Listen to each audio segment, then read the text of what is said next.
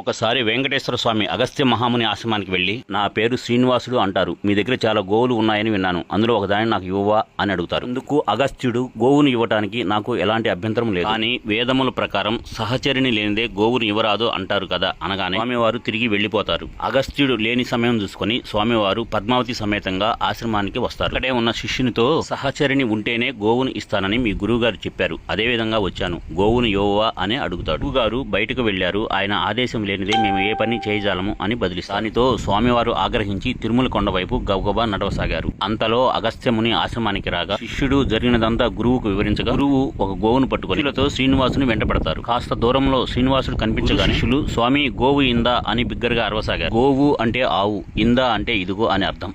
స్వామి గోవు ఇందా, స్వామి గోవిందా, స్వామి గోవిందా అని బిగ్గరగా అరవసాగారు. స్వామివారి గుడి లోపలికి వెళ్లి అదృశ్యమవుతారు. తనకిష్టమైన గోవింద నామాన్ని భక్తుల చేత స్వామివారు ఇలా పిలిపించుకున్నారు.